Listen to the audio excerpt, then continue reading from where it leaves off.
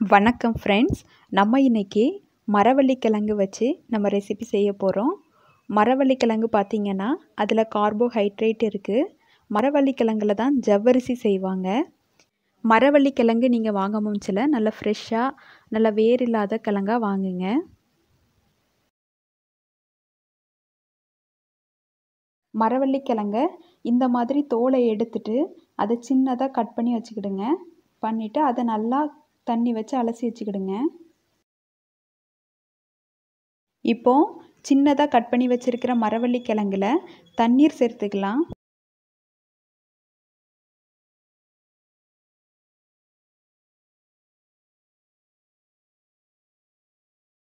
இப்போ கொஞ்சமாக உப்பு சேர்த்துக்கிடுங்க. சேர்த்துட்டு மஞ்சள் தூளும் சேர்த்துக்கலாம்.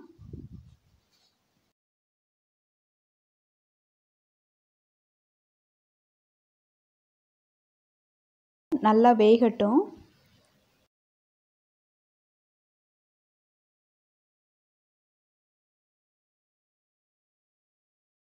கிழங்கு நல்லா வெந்துட்டு நம்ம இதை வடித்து எடுத்துக்கலாம்.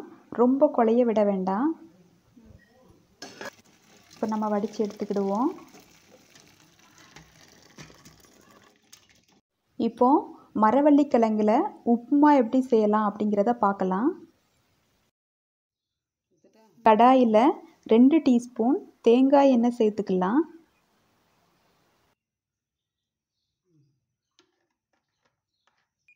ஆயில் வந்து ஹீட் ஆனதும் கடுகு சேர்த்துக்கலாம். கடுகு நல்லா பொரிஞ்சதும் உளுந்தம்பருப்பு சேர்த்துக்கலாம்.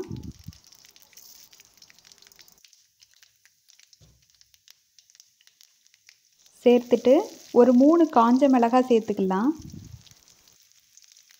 3 சின்ன வெங்காயத்தை சின்னதாக கட் பண்ணி வச்சுருக்கேன், அதையும் சேர்த்துக்கலாம்.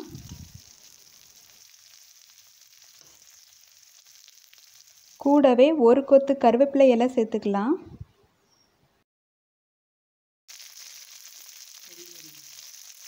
அடுத்து பூண்டு சீரகம் இந்த ரெண்டையும் இடித்து வச்சுருக்கேன், அதையும் சேர்த்துக்கலாம்.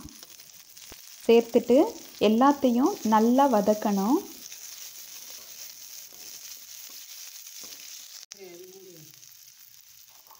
இப்போ கொஞ்சமாக உப்பு சேர்த்துக்கிடுங்க. உங்களுடைய தேவைக்கேற்ப சேர்த்துக்கிடுங்க. நம்ம ஏற்கனவே நம்ம கிழங்கு அவிக்கும் மூச்சில் சேர்த்துருக்கோம்.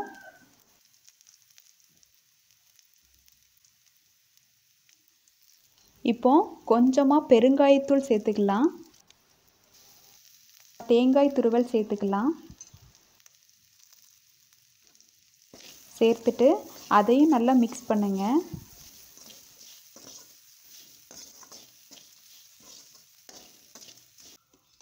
இப்போ நல்லா வதக்கியாச்சு.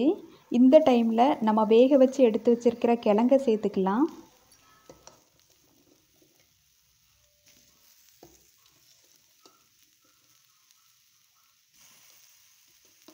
சேர்த்துட்டு அதையும் சேர்த்து நல்லா மிக்ஸ் பண்ணுங்க.